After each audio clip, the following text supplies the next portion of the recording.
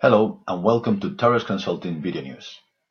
If this is the first time you watch, what you're about to listen to are what I consider the highlight news of the hotel industry of the last few days. These are the four industry news that I picked this time. First one is the minors' lawsuit against Marriott. Next, a quick review of Airbnb's 2020 update press release. Third, some numbers on the behavior of the tourism industry in 2019 by the World Travel Organization.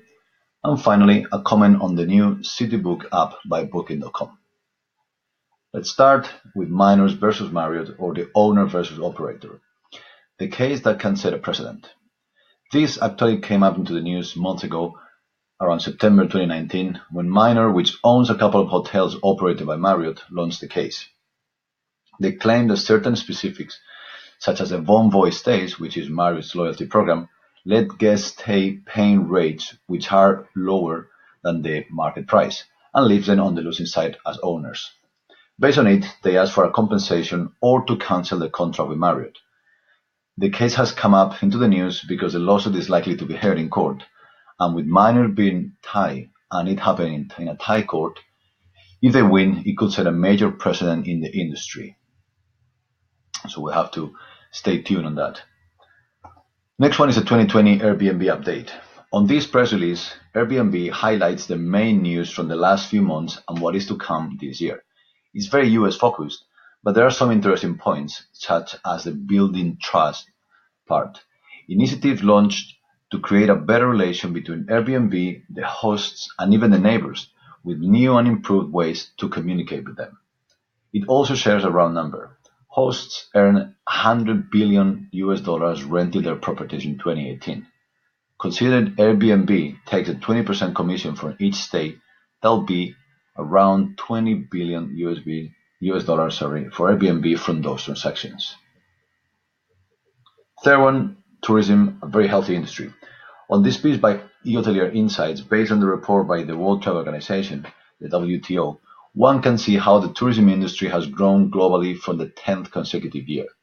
In 2019, the growth was 4%, with regions such as the Middle East doubling up that result, with an increase of 8%, and the Asia-Pacific region growing a positive 5% too. One more numbers. Europe received 51% of all global tourists, and France leads the growth in terms of revenue per visitor with a whopping 11% growth year on year. Last one for this week is the Booking.com launching their own application, their mobile app, CityBook. Booking.com, which spends high amounts of money to be at the forefront when it comes to technology, has just launched the pilot version of their very own app called, as I said, CityBook. I've just downloaded it this morning and it tested it for London.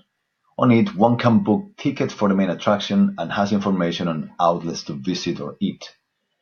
There is, at least at the moment, no option to book restaurants, which, in my opinion, is a huge limitation that I see on the app.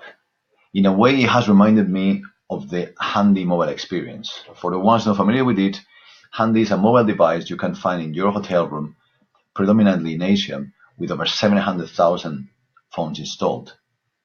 It allows you to get free local internet, free calls, including some international ones, and works both as a hotel and a local guide too. As the Booking.com app is currently being piloted, I would guess new improvements will be added to it soon, and it might become a very useful application for tourists. That's it for now. How you found it interesting? You have all the links to the news and the video comments, and always more news on the web, torresconsulting.co.uk. Thank you and talk soon. Bye.